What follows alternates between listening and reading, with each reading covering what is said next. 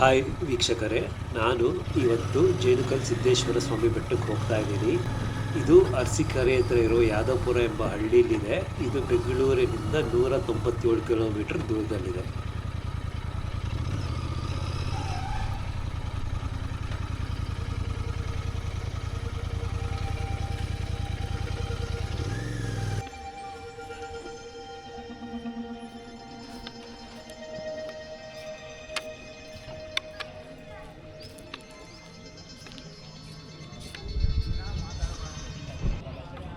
ಎಂಟ್ರನ್ಸಲ್ಲಿ ಒಂದು ದೊಡ್ಡ ಗೋಪುರ ಇದೆ, ಅದರ ಒಳಗಡೆ ಹಾಸಿ ನಾವು ಹೋಗಬೇಕು.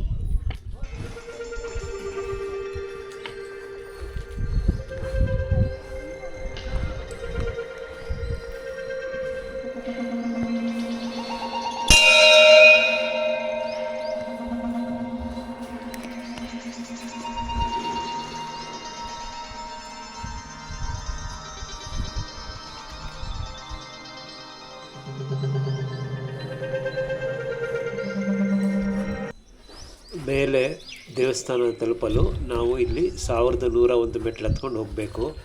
ನಮಗೆ ರೈಲಿಂಗ್ ಸಪೋರ್ಟ್ ಇದೆ ಮತ್ತು ಮೇಲ್ಗಡೆ ಫುಲ್ ಶೀಟ್ ಹಾಕಿದ್ದಾರೆ. ಸೊ ನಮಗೆ ಬಿಸಿಲು ಮಳೆಯಿಂದ ಯಾವುದೇ ತೊಂದರೆ ಆಗೋದಿಲ್ಲ.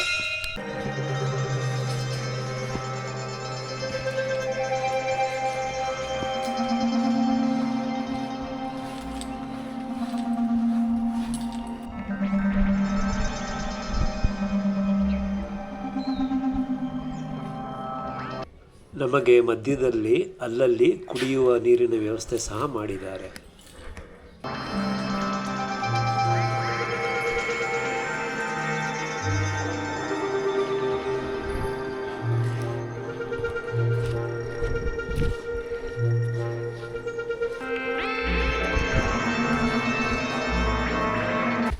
ಈಗ ನಾನು ಇಲ್ಲೊಂದು ಗಂಗಮ್ಮ ಕೊಳ ಅಂತ ಒಂದು ಪವಿತ್ರವಾದ ಕೊಳ ಇದೆ, ಅದನ್ನು ನೋಡಕ್ಕೆ ಹೋಗ್ತಾ ಇದ್ದೇನೆ.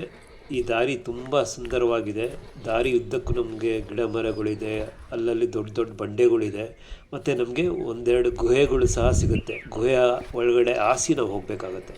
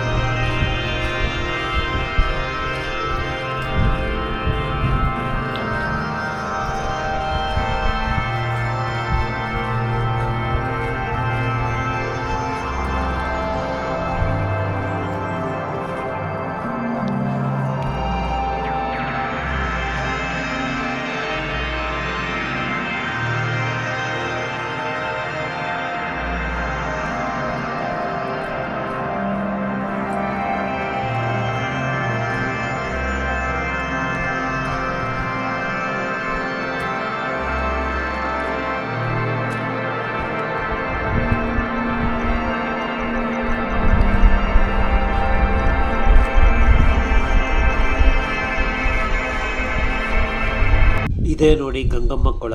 ಈ ನೀರು ಬಹಳ ಪವಿತ್ರವಾದದ್ದು. ಇದನ್ನು ಜನರು ಈ ನೀರಿಗೆ ಕಾಯಿಲೆ ಗುಣ ಮಾಡುವ ಶಕ್ತಿ ಇದೆ ಎಂದು ನಂಬುತ್ತಾರೆ.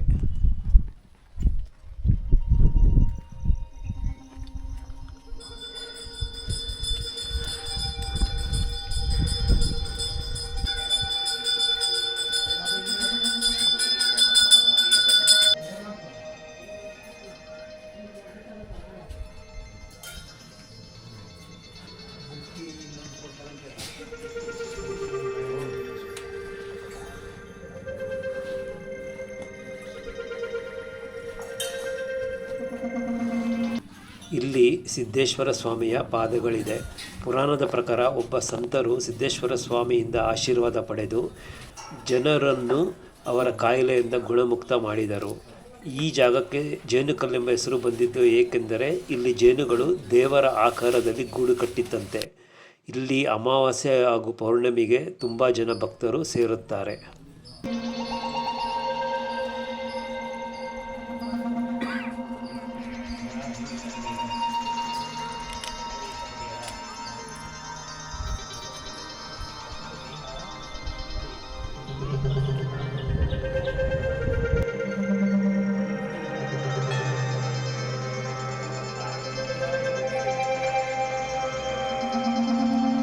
ನಿಮಗೆ ಈ ವಿಡಿಯೋ ಇಷ್ಟ ಆಗಿದ್ದಲ್ಲಿ ಲೈಕ್ ಮಾಡಿ, ಶೇರ್ ಮಾಡಿ, ಸಬ್ಸ್ಕ್ರೈಬ್ ಮಾಡಿ. Thank you.